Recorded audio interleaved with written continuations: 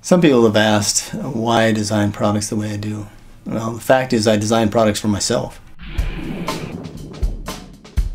To maintain that status that I have as an ex-wrestling captain, to be able to take them down.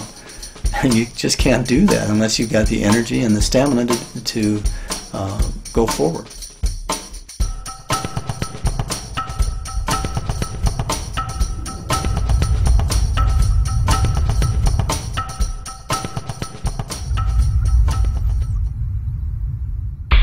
What is a T cell?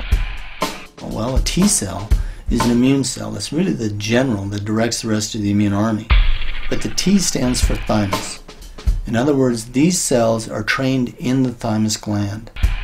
When a T cell is first born, it's born as a very immature cell that's released from the bone marrow, travels through the bloodstream to the thymus, is then educated and differentiated, and at that point it should be able to read the transfer factor message and be able to then use the wisdom of generations instead of just its own wisdom.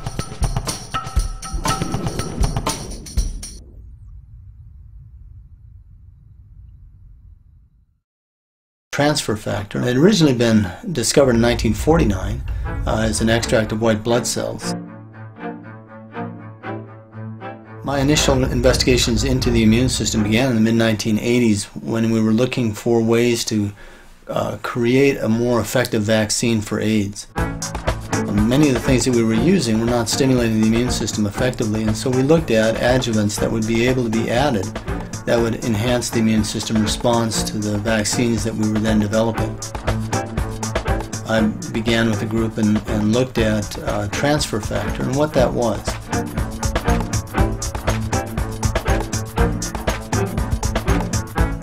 We are mammals, and our profile that our mothers provided us was much closer to the profile of another mammal, in this case the cow.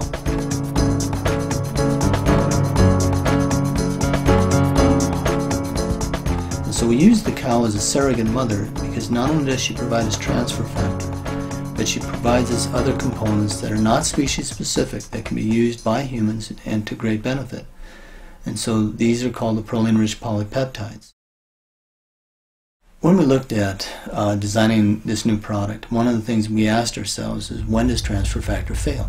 The problem is that the thymus, by nature, is designed to develop until you reach puberty. Nature understood that we'd be staying in one place, and by the time we were 11, we should have known all the germs in our environment. And so that at that point, she could shift her energy away from immune development and immune defense and understanding to reproduction. Well, the problem with that is that we travel. And so in order to work in an environment that's constantly changing, we need to have a thymus gland that functions. The aging of the immune system presages the aging of the rest of the body. If you keep your immune system young, the rest of the body will stay young. One of the most dramatic experiments that was done with that was in a case where the thymus of a young mouse was removed and surgically implanted in an old mouse. The effect was that the old mouse suddenly became much younger. And so we need to look at how to support that gland, how to allow ourselves the ability to produce competent T cells that can use the transfer factor message. And the best way that's been found to do that is to actually use thymus supplements.